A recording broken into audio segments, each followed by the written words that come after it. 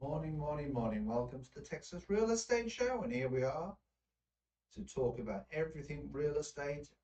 If you're an investor or you're an agent or you just want to know more about the industry or you're even thinking about buying your home or selling your home, we would love to hear from you with any comments or advice that you need. We're here as an information resource.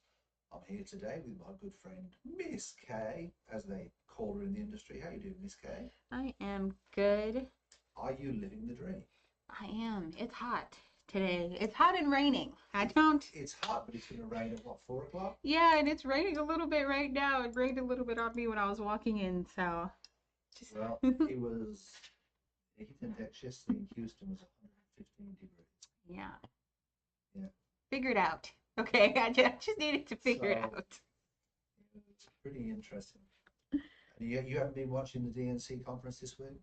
Not. I didn't watch it yesterday. So I don't know what happened yesterday, but yeah. It was very interesting, very intelligent. Stevie Wonder was cool. Oprah Winfrey was on there as well. So, you know, ride the blue, as they say. Anyway, we're going to talk about some things in good old Houston. And what's the first thing you've got on the agenda for today, Miss Kay?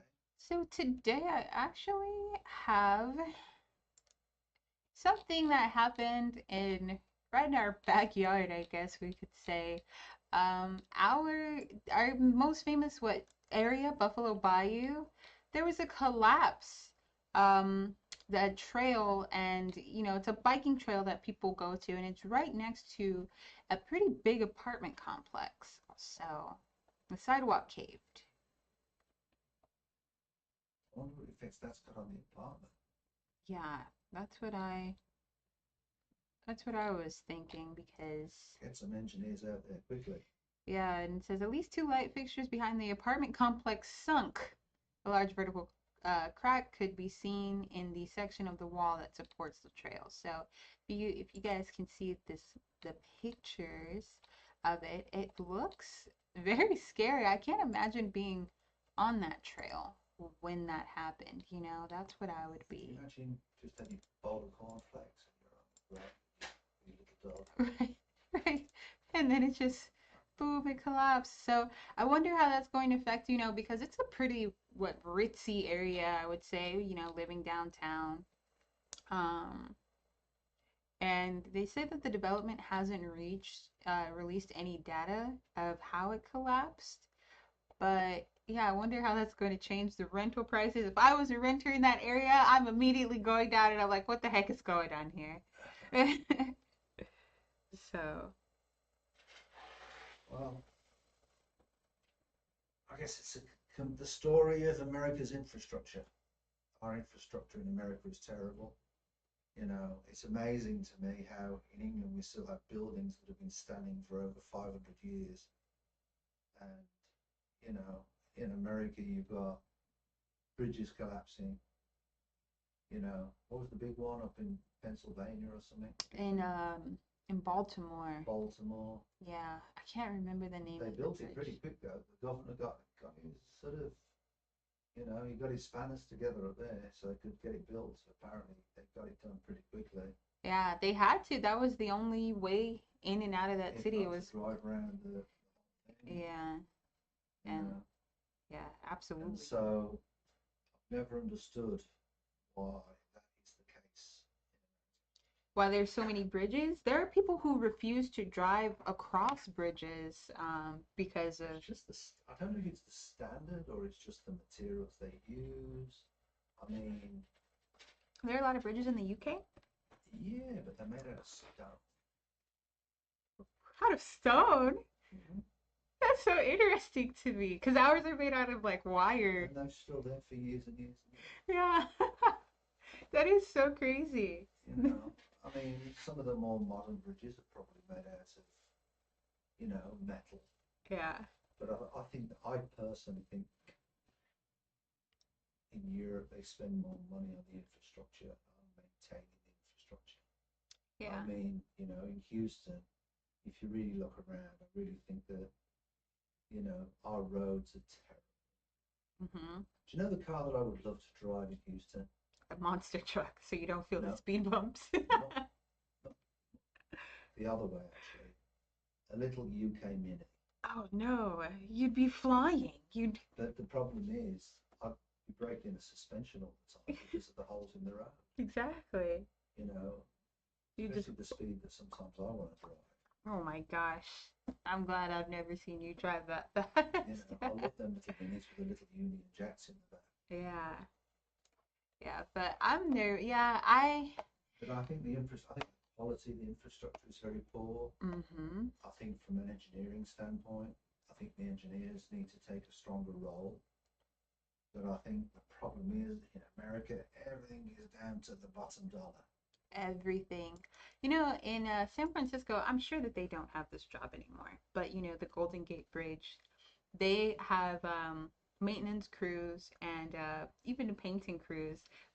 They paint the bridge. They go and they paint the bridge every day, and then at the end of the year, they just go back. That's all. That's their Yeah, entire it's job. the same as the Severn Bridge in England. Really, that's all Yeah, they do. that's all they do. They paint the bridge all day long. Yeah. And then when they gets the bridge to one end, then they go back to the other end Yeah. and they paint the bridge again. Yeah, because it takes a year to paint the whole bridge, and by that time, it's already messed up. So, Yeah. yeah. Severn Bridge in the southwest of England, which links England over to Wales. Hmm. But Wow. So, interesting. yeah. And then, just kind of as for, I guess this isn't technically local, but it's close enough to us where we have, information about a brokerage, and apparently this lovely brokerage, I don't know, I don't want to say lovely, but they're getting sued, or well, and a top executive at the brokerage is getting sued because of the fact that he overpaid himself. So he technically stole $300,000. So But you missed parts of the story out. All right, he was a pastor, and people can say what they want about me, but this is one of the reasons why what's the correct name for me?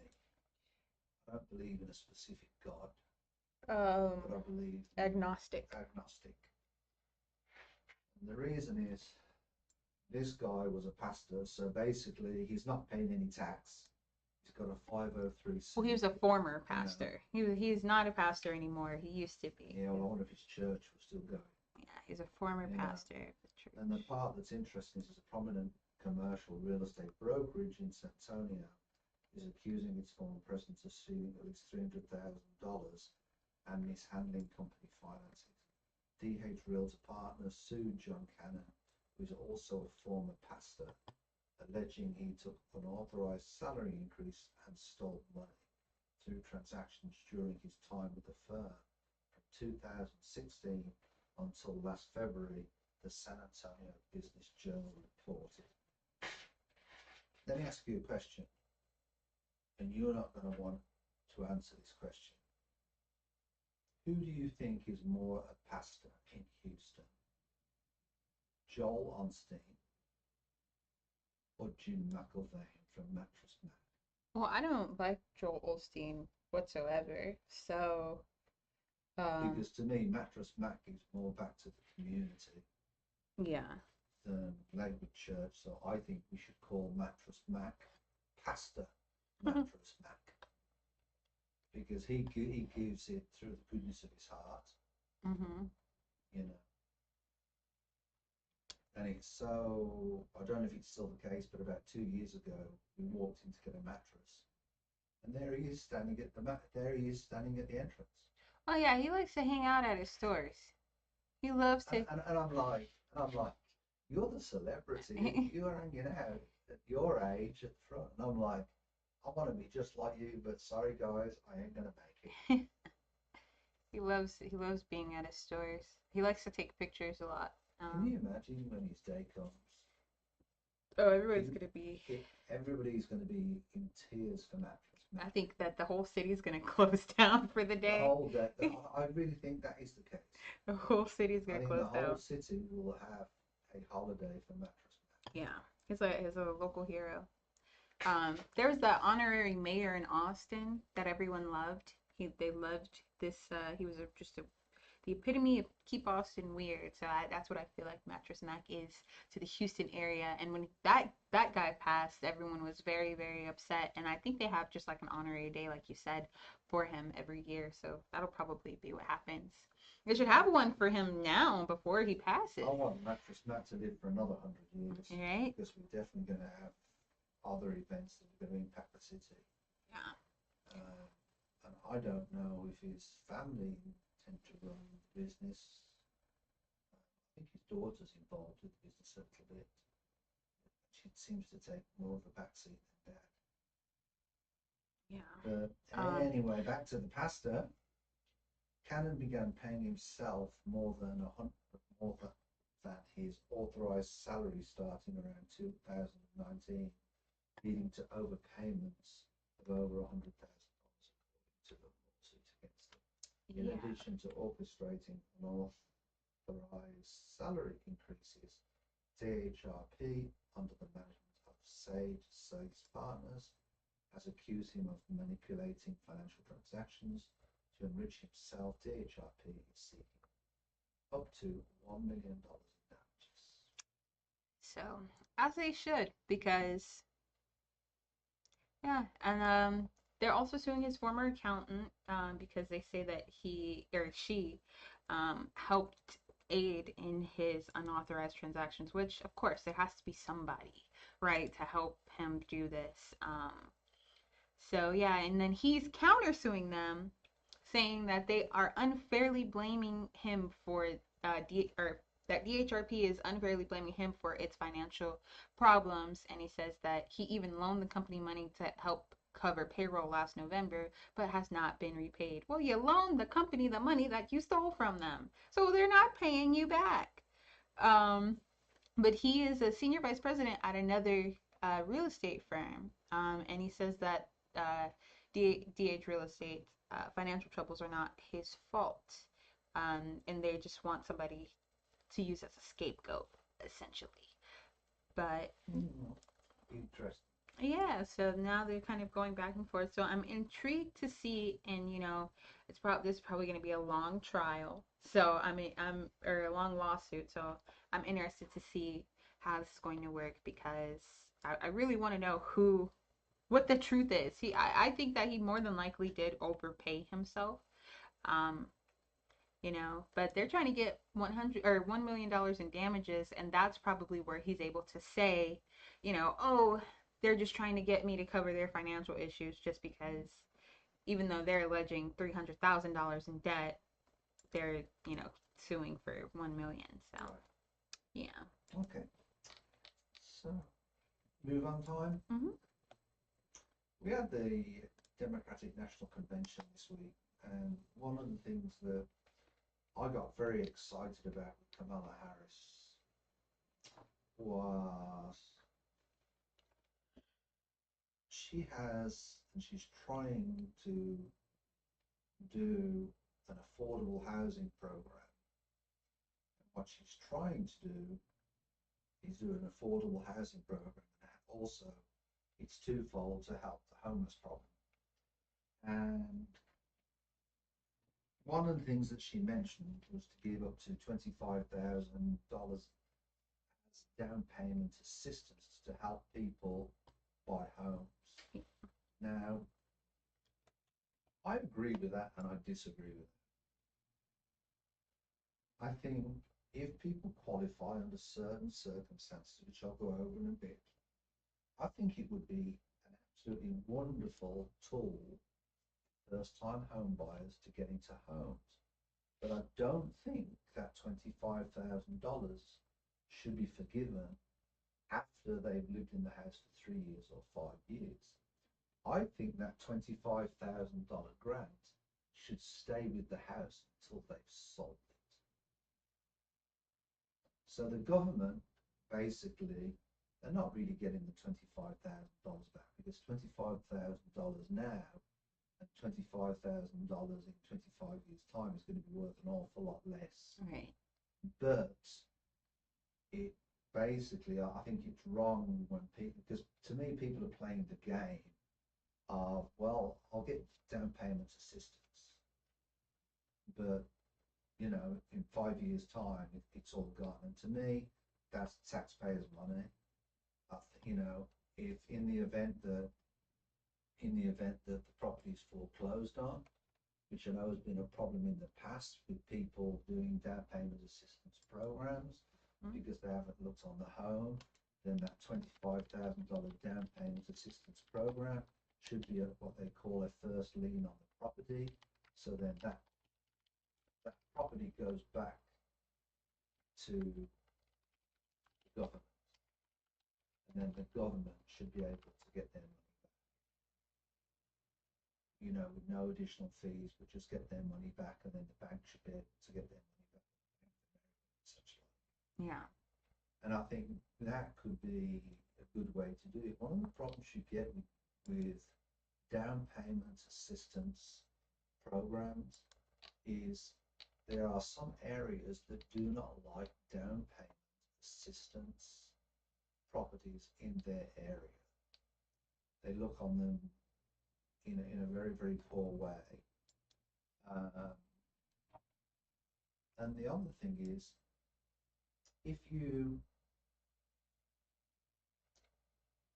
buy a house in an area and you paid your own down payment, how do you feel about your next door neighbor getting a free $25,000 to help her with her down payment?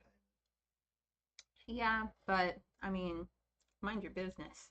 To me, it's, because I don't think it's the wrong way to look at it, but my opinion is, who's smarter?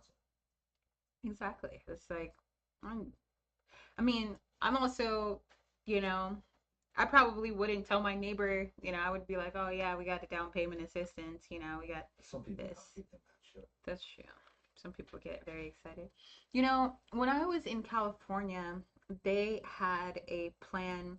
I had a couple of friends. I was probably like 22, and it was for people under 25. So 20 through 25, they were offering assistance for first-time home buyers. They had like stable, jobs and things like that. And essentially, each person. So say, you were married or something like that, each person was getting $10,000 um, to go towards the down payment of a house, and it was just for first-time home buyers and younger people, just because they were just trying to get younger people to be able to purchase homes. And one of my friends actually did it, and they got a great house, and they're very happy with the house. And I'm certain now. There was a program in the 80s in England which I thought was really interesting, and I still think it's interesting now, and it might be an answer, where, and I've said this before on the show, where it's not a rent to own, but it's a rent and own program.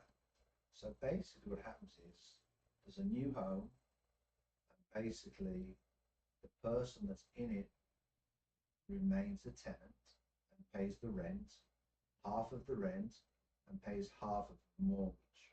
Mhm. So in theory, they haven't really got to qualify for the home. Do you understand the credit, and then basically as they put more ownership into the property, then basically my aunt did the program in the 80s. She's retired now, but she owns a home. She went through the full program, Mhm. and she rented half the house and she bought half of the house. Her payment was split equally in two, and working class lady, classy lady, good old aunt Diane looking after my mom. And that's how she bought her first house, and she owns the house now. Obviously, the house is an awful lot smaller, you know, in England, which I guess helps the cost of the homes. But I would like to see. I think we need to do something with low income housing. some people don't like it in their areas. There's a lot of areas in Houston that are seeing a change, and they are going from what we would call not the best areas, but they are in the moment of being changed. And what they're doing is they're buying up, lots of land for $50,000 and $80,000. And then what they're doing is building duplexes on the house, and the duplexes are selling for $500,000, and they're keeping them as rental properties. And unfortunately, what I really think is happening, and I don't think the National Association of Realtors settlement has helped this current, there is a feeling in the industry that what's happening is that this is being backed by people that don't understand the industry, but it really favors the big multinationals, because what will happen is, because the buying costs are in theory to be paid by the new first-time home buyers, that what's going to happen is they're going to have to come up with more money. Yeah. And then what's going to happen is multinational companies, that's not a problem for them. They're going to come in and snap all the houses up, so there will be a lack of rental properties, and they can drive the rental market up. And they can continually to drive up the rental market, which will basically put more people on the streets. Which brings us on to our next point, which I found out by doing a little bit of research. You ready to move on, Kay? I found an article, and what we'll do is put the link perhaps below the video when Kay clicks this article about what we can do to help people buy homes and eradicating homelessness. But in Finland, they introduced a program in 2010 that positioned itself as a global leader in combating homelessness through an innovative public policy strategy that has virtually eliminated homelessness with its borders. Finland has redefined how nations can address homelessness. Sorry about the hiccups. By focusing on prevention, early intervention, and a comprehensive support system through wraparound services, Finland has shown the world that homelessness is a solvable problem. And basically, this is how the program works. They put the same program into the United States. When examining what lessons the United States could derive from Finland's experience, scholars must consider the considerably different sizes of the two nations. According to the World Bank, Finland had estimated total population of approximately 5.5 million, considerably smaller than that of New York City at 8.6 million. The United States had an estimated population of approximately 331 million, or nearly 332 million in 2021. Despite the population disparity, the present evidence indicating that it is not simply more effective at reducing poverty, the authors cite research stating that in terms of market income, Finland has a slightly higher poverty rate than that of the United States at 32.2% and 31.2% respectively. After accounting for social programs, however, the authors point out that 16.2% of Americans are below the relative poverty line compared to 7.2% of Finns. What I wanted to just say to you, this is what it says. All right. The HUD and Veterans Affairs Supported Housing Program as an example of an effective implementation of the Housing First approach in the United States. The program, which is designated to house veterans experiencing homelessness, has contributed to an 11% decline in homelessness and rates among US veterans since early 2020. Based on a 2022 point-in-point count, specifically data show that a single night in January 2022, a total of 33,000 veterans were experiencing homelessness in the United States, down from 37,000 in 2020. The decline represents a 55% reduction in the number of veterans experiencing homelessness. And the way this is done, which I found very educational, to be perfectly honest, is this whole program is basically what it does. It puts them through a program, and what they basically do, it gets rid of all the bad things out their life. So what it basically does, it makes sure there's no drugs in their life. It makes sure that the mental illness, they get treated for, a mental illness. Here it is. Finland used the staircase, it's called the staircase approach, or the treatment first approach, to addressing homelessness, which entails providing housing to individuals only after they have been treated for mental illness, drug abuse, or other ailments. The article cites research suggesting that the staircase model can work well with those who have opted for substance abuse rehabilitation and can cope with shared housing. However, the instance on service users intoxicate free and able to take control of their lives has proven to be an insuperable barrier for many homeless people with multiple problems. One of the big problems that people see with homelessness, I'm sure you know this, Kay, is the substance abuse, correct? Yeah, the substance and the mental. That's In the Houston, we seem to have a lot at the moment, just jumping around dancing in the middle of the street. yeah, I nearly hit one the other day driving the Suburban. yeah. I think it's very much, you know, a mental thing, and once you get on the street, it's super easy to get drugs. So I think they just start doing drugs as well, or they start doing drugs prior to. And I was going to say that the difference between Finland and us is the fact that they do the treatment first approach, because if you think about it, a lot of our places that have a lot of homelessness, like Portland, for for example, but Portland, they have legalized every drug. So in Oregon, Portland, Oregon, they've legalized it. So you're not getting arrested for it anymore. So rather than treating the people because, they probably feel like it's too hard to treat them, they even have centers to where they're like, because I think people are like, oh, well, they're going to do drugs anyway.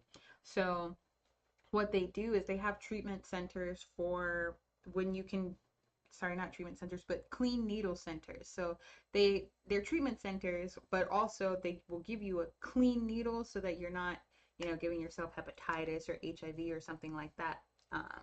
Which is ridiculous because they say that they're trying to help the addicts, but they're enabling them, and I think that that's ridiculous. I think I have no problem legalizing marijuana and everything else, which should be in your own home. I don't think that we should legalize anything that you have to inject in your body. Oh no, I agree with it. No injections. Yeah. But I'm talking about, marijuana and different things. Yeah. The problem is with marijuana, I'm on board for a HOA, that if you've got somebody, although it's a no smoking facility and they're smoking marijuana, you can smell it all the way down the road. Yeah, it stinks. I've walked the golf course in the apartment complex that I live in, and I have been far away from anyone's house, and someone opened their door to their patio, and I was just coming out. I was like, what is going on? So I think that's our biggest problem, where they you know in Oregon, in Portland, there's an area of that city that they say that it's free of laws, that the police can't get into this area. They can't get into the area. So it's just a ridiculous thing. It's a ridiculous notion to me, because yes, people are going to do them, but people also need support in not doing the thing, you know. So Well, we spoke about some good points there today, yeah. because I feel that we've got to do something about the homelessness. We have to do something about getting people. I've always felt that if you can get somebody into their first home, when I got over to America, the first thing I wanted to do was to buy my first home. I own a number of homes in England, actually. I own two homes. But when I got over to America, it really was my first main goal to do. And, you know, I sold everything. Yeah. I kept the properties in Europe, and I ended up I'll never forget, the first purchase I made was a TV, and then the second purchase. What I used to do is when I used to have a good day at the rink teaching skating and earn, you know, some good money, eat a cheese and bologna sandwich. My weekend treat was a burger. I'll be honest with you, I used to sleep on a sleeping bag. It was just a one little bedroom apartment. It was just me. I saved up all my money, and within the first 12 months, I was lucky enough to qualify for a first-time home buyers program to buy a VA foreclosure. Now, it wasn't in the best condition, but I didn't really mind doing that because all I wanted to do was to get into my own house. When I got into my own house, the first thing I did was, guess what? Bought a bed. And then no other furniture, just a bed. and then gradually I just built it up, you know, modernized it a little bit. So, and that's the hardest part, is that first step. And I really feel that, you know, interest rates are coming down now, that we have got to, you know, get these things done. Yeah, and it looks like the economy is starting to do better, so hopefully within the next few years, you know, it'll be a bit easier for people to, you know, have the resources, because I also don't think people know about a lot of the resources that are out to even purchase a home. So, Well, they're bringing grant programs out now. Some of the loan companies that are out there, they are adding towards the closing costs to promote some of the buyers, you know, buying the homes. I just want to mention that, you know, there's been a lot of rule changes. A real estate agent cannot take you out and show you homes at the moment without having a buyer's rep agreement or a tenant's rep agreement.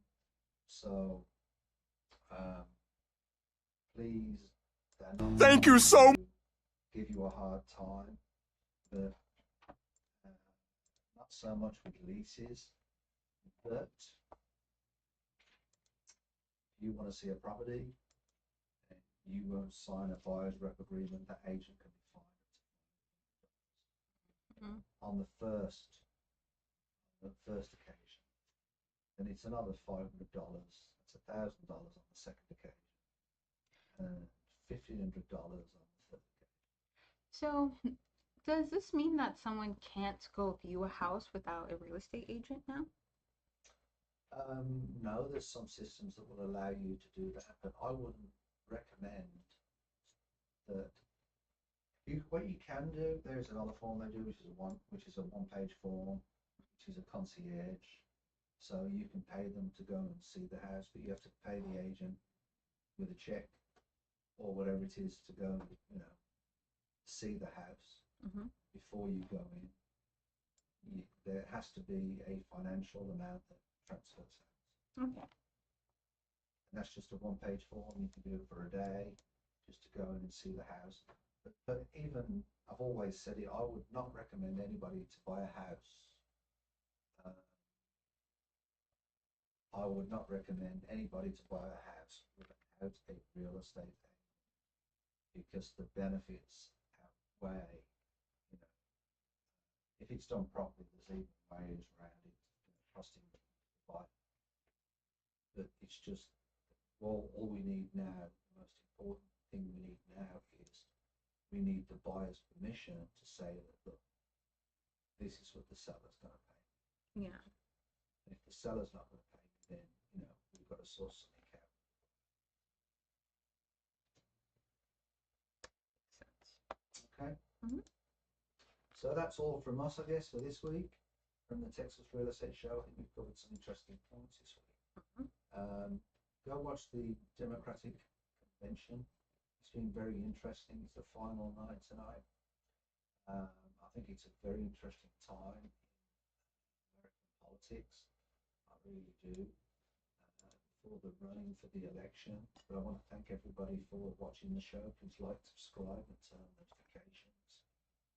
We're not being political, by the way, but just for everybody to be more educated on everything that's going on in America at the moment. You know, I actually enjoyed watching the National Democratic Convention last night with Stevie Wonder and Oprah Winfrey and different things.